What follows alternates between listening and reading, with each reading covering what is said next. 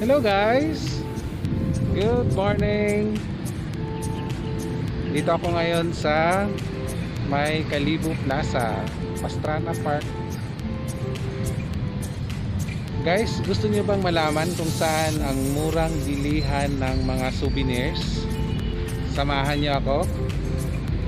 Sa mga hindi pa dyan nakakilala sa akin, sa aking channel, ang aking channel ay Akganon TV. Yan. Ang aking pangalan po ay si Reyna de la Cruz. So sa mga hindi pa dyan nakapag subscribe, mag-subscribe na kayo. I-click nyo lang ang notification bell para sa mga uploads ko ay ma-update po kayo. Itutur ko po kayo kung saan yon. Sige po, samahan niyo ako.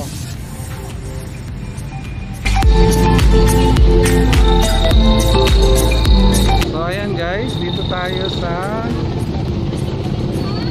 may mga keychain. Kano nga to na? Ha? 12 pesos lang sa mga gustong dumaan dito sa Kalibo. Ayan, murang-mura, pang souvenir, pang regalo.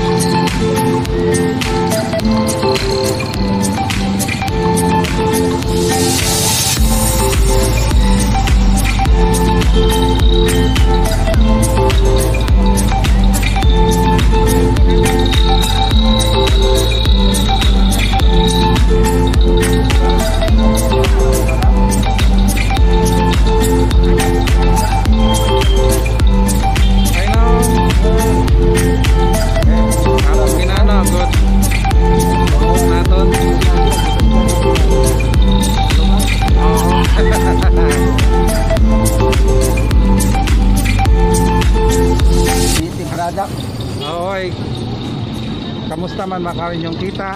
Ay, mahina-hina. Matao. Mahina, bakit po? Ay, walang katao-tao.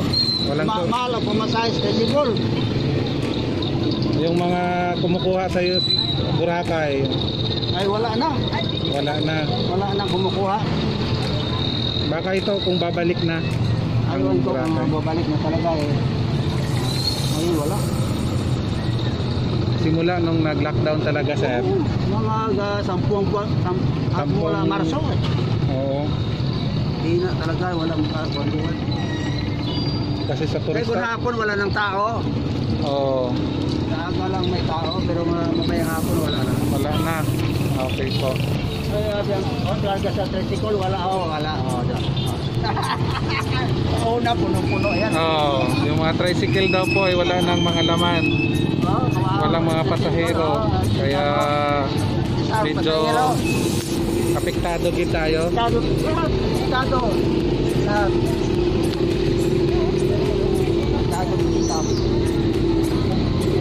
So ano naman po na taste lang talaga tayo araw-araw. So nagwa man ganapa ang barian dia. Dapat nga ba mananda ito matawa yun. Aywa.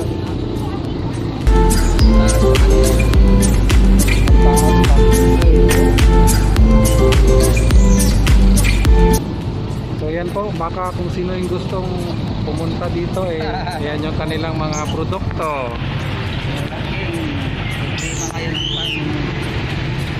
Tagal pa yung kulit ito